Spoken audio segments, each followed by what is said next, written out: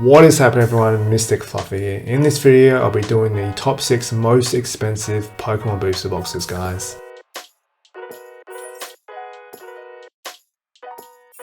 Alright guys, so starting off at number 6, we have Neogenesis Unlimited Booster Box, which had over 100 bits, in total of 104 bits right here, with a winning bid of $25,900, all in USD.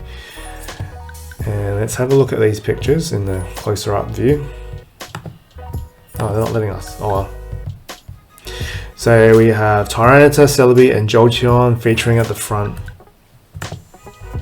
Strange, usually you can zoom in. Not sure. Ampharos, Togetic. So this set is way back from the Wizards of the Coast, the OG era. They have some amazing cards, especially with the shining cards that I think the Neogenesis was one of the first sets from Pokemon that actually introduced the shining cards. You got Charizard, you got Noctowl, Tyranitar, Raichu, Mewtwo. So a lot of amazing cards in the artwork. It's just simply stunning. And this one actually is pretty surprising that it sold for this high. Can you imagine this Neogenesis box, which has another variation, which is the first edition? So if this had this print on this box, how much would this go for? Could be double, could be triple.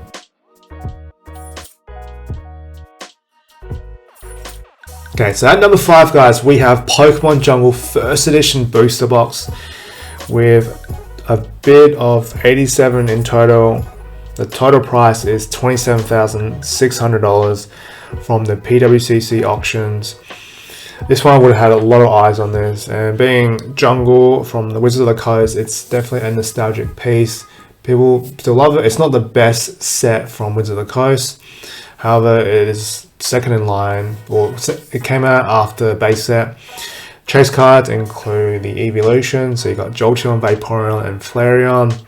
Other chase cards, you got Pikachu. People still offer that, but it's not the main one. You have Cypher, Wigglytuff. So there's a few of them. So excuse me. So we have the energies from the original first gen with the first edition stamp. Green being jungle, and then you got the little trees resembling the definition of jungle. So there we have it, guys, at number 5, which is the Jungle first edition booster box.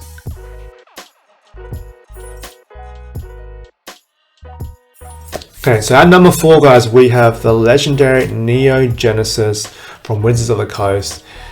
You have guessed it, it's a first edition stamp. We've got Heracross, Pichu, and Meganium looking super happy and jolly. This one sold for $39,000 for this first edition Neogenesis booster box. Pretty crazy if you ask me. And just look at the different pictures. Slowking on the sides, Elekid. Yeah, and it's kind of funny how they kind of angled, or they have the box upside down, but it doesn't matter. So chase cards you have in this card is the legendary Lugia. This one for a PSA 10 has sold for a few times off eBay. I've seen a few times for around $100,000, which is pretty crazy. I would say it's because the population for this in PSA 10 is very low, and grading any Neo cards or from Wizard of the Coast isn't too easy to get at 10. Majority probably 9s and 8s, I would say. Other chase cards, you have the second gen of the starters.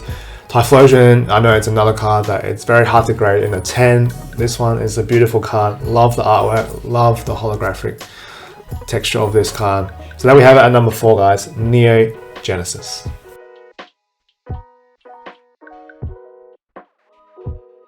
So seeing at number 3, guys, we have one of the most OG vintage cards or sets is the Pokemon base set, Green Wing Charizard. Virtually, if you're a collector, if you know about Pokemon, majority of the people do recognize the base set. It's got a lot of attention. It's the first set of cards that got printed ever for Pokemon.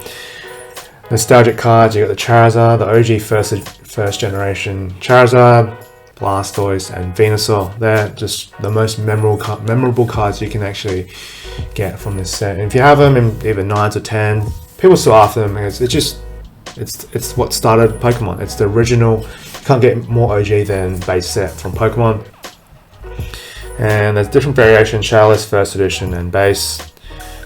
And who doesn't want this in their possession? And does it include a acrylic box case? No, I don't think so. It just resembles the Game Boy as well, particularly the Japanese Game Boy, Venusaur and Blastoise. The artwork, it's amazing. There's nothing else to be said, and this is why it's sold for $45,000 in Australian dollars, but 33,000 USD. It's nuts, guys.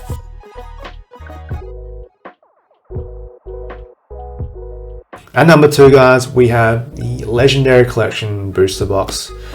Another Watsy piece. Crazy how this one is what, 40,000 USD dollars, which is just crazy. I haven't seen too many people open Legendary Collection. Once again, it is based on the original first gen cards. What makes these cards available? It's got Charizard. What more can you want? And the reverse holos, the firework patterns, they're very unique, one of a kind that I haven't seen before. Pokemon has done before. You got the reverse of like Articuno, Charizard. So, and it's just a combination of other sets. It's not just base. You got base, you got a bit of jungle. So it's different variations that I've included into Legendary Collection. So they've combined other older sets into one, with the Legendary Collection like symbol on the right middle on the corner. There's not much else you can really fault this set. I mean, I have to admit, the reverse holos are starting to grow on me. I do want to collect some of them, but just the price for them, it's quite high. And it has that very nostalgic feel. You can see here, Charizard, that's what the Game Boy version of the Japanese one. I love that artwork. It's nostalgic, stunning. Artwork is just, you can't fault it. Let's just have a look at the different sides of the Legendary Collection box. So you got the birds, evolution, and you have the OG starters, Arcanine, Vaporeon, and there you have that. It's just very nostalgic. You can't really fault this set, just given that the cards that are available with Legendary Collection, it's just all in one package, pretty much.